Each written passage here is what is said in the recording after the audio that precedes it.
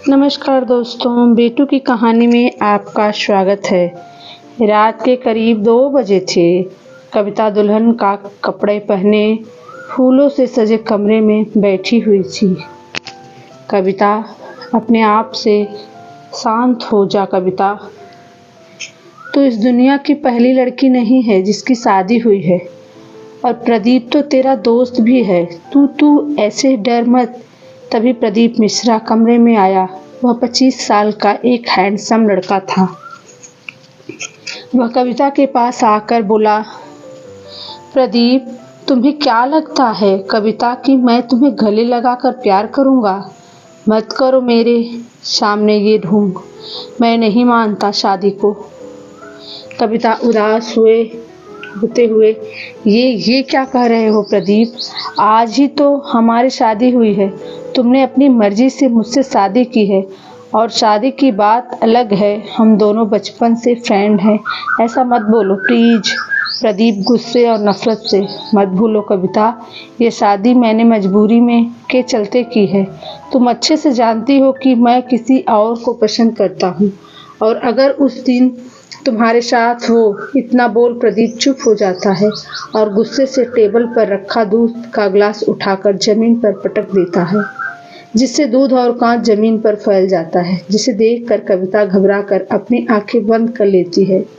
प्रदीप, मैं तुम्हारे साथ इस कमरे में नहीं रह सकता कविता, और अब तुमसे शादी करने के बाद हमारी दोस्ती का रिश्ता भी खत्म हो गया है। कविता, प्रदीप रुक जाओ प्लीज। अगर मुझे पता होता कि तुम किसी और को पसंद करते हो तो मैं तुमसे कभी शादी नहीं करती। मेरा यकीन करो। प्रदीप, कविता, तुम्हारी इन बातों का कोई मतलब नहीं है, क्योंकि मेरी जिंदगी पूरी तरह से बर्बाद हो चुकी है।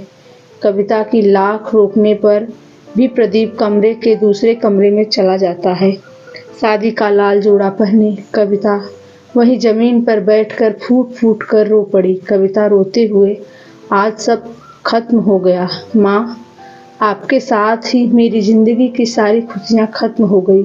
प्रदीप जो मेरा सबसे अच्छा दोस्त था, उसने मुझे अपनी पत्नी मानने से इनकार कर दिया।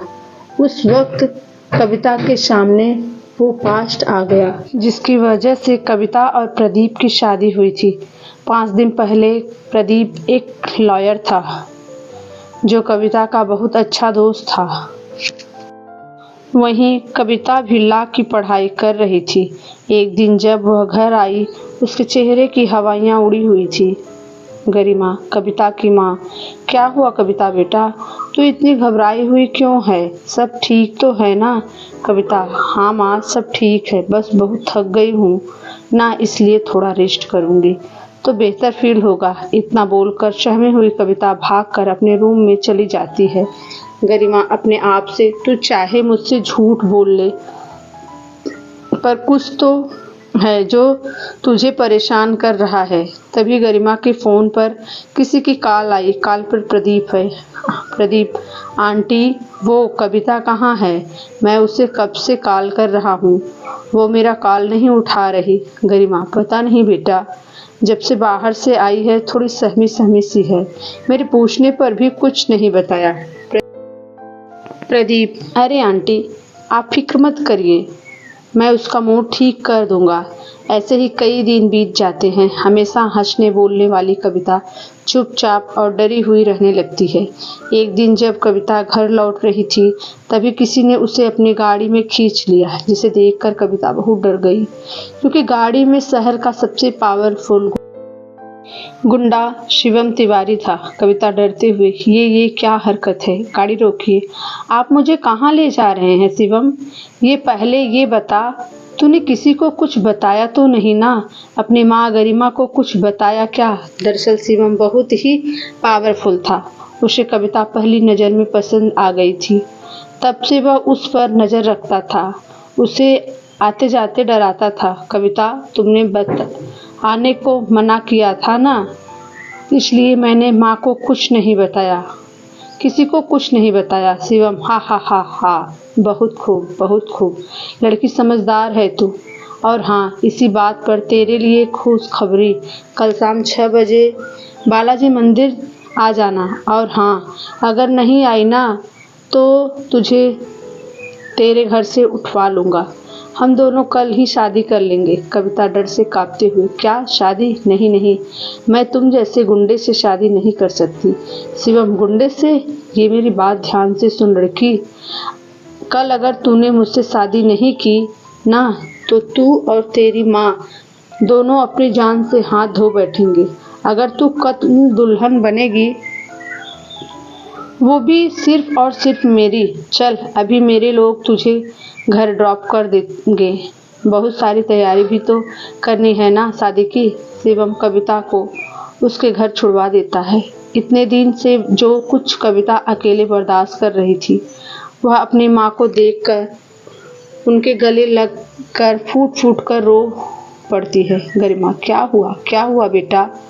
तुम ऐसे रो क्यों रही हो? बताओ मुझे। कविता, माँ, शिवम तिवारी है ना? गरिमा, शिवम तिवारी? वो तो इस शहर का सबसे पावरफुल गुंडा है। उसके सामने कोई नहीं टिक पाता। पर तू उसके बारे में क्यों बात कर रही है? कविता, माँ, कल वो मुझसे ज़बरदस्ती शादी करने वाला है। मुझे उससे शादी नहीं करनी। वो आपको मार देगा, ऐसा बोलकर मुझे ब्लैकमेल कर रहा है। माँ, मुझे बहुत डर लग रहा है। कविता फूट फूट कर रोने लगती है। यह सुनकर गरिमा का सिर घूमने लगता है और कुछ ही पलों में वह बेहोश होकर गिर पड़ती है। कविता चीखते हुए, माँ माँ माँ, क्या हुआ आपको? माँ, होश में आओ, अभी अभी आपको हॉस्पिटल ले चलती हूँ। जैसे तैसे करके कविता गरिमा को हॉस्पिटल लेकर जाती है। तभी कविता ने प्रदीप को कॉल किया। कविता रोते हुए, प्रदीप, वो माँ की तबीयत बहुत खराब है, तुम फौरन हॉस्पिटल आ जाओ। प्रदीप, कविता, तुम बिल्कुल भी फिक्र मत करो, मैं बस 10 मिनट में पहुंच रहा हूँ। अगले कुछ ही मिनटों में प्रदीप हॉस्पिटल पहुंच जाता है। कविता भागकर प्रदीप के गले लग गई। प्रदीप, कविता, आंटी को क्या हुआ? डॉक्टर ने कुछ बताया? अच्छा, ठीक है, तो फिक्र मत करो, आंटी बिल्कुल ठीक हो जाएंगी। तभी आईसीयू का दरवाज़ा खुला और डॉक्टर बाहर आ गए। कविता घबराई हुई, बताइए डॉक्टर, माँ को क्या हुआ? वो ठीक तो हो जाएंगे ना डॉक्टर? माफ़ करिए मिस कविता, गरिमा जी को हार्ट अटैक आया है और ये अटैक इतना मेजर था कि उनकी जान के लिए रिस्की हो गया। वो सिर्फ कुछ मिनटों की मेहमान है। बेहतर यही होगा कि आप अंदर जाकर उनके अंतिम पलों में उनके साथ रहें। कविता हैरानी से, क्या अंतिम पल? ये क्या बकवास कर रहे हैं? मैं अभी माँ के पास जाती हूँ, कुछ नहीं होगा उन्हें। कविता और प्रदीप दोनों भागकर अंदर पहुँचते हैं।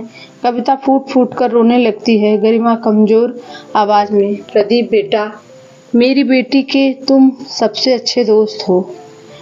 कल को शिवम तिवारी मेरी बेटी कविता के साथ ज़बरदस्ती शादी कर लेगा और मेरी बेटी को उससे कोई नहीं बचा पाएगा। मैं तुम्हारे हाथ जोड़ती हूँ, तुम कविता से शादी कर लो। प्रदीप चौंक कर, क्या शादी? ये आप क्या कह रही हैं? अगर शिवम कविता को परेशान कर रहा था तो उसने या आपने मुझे क्यों नहीं बताया? गरिमा अंतिम सांस में, मेरे पास समय बहुत कम है, मैं भीख मांगती हूँ, मेरी बेटी से शादी कर लो।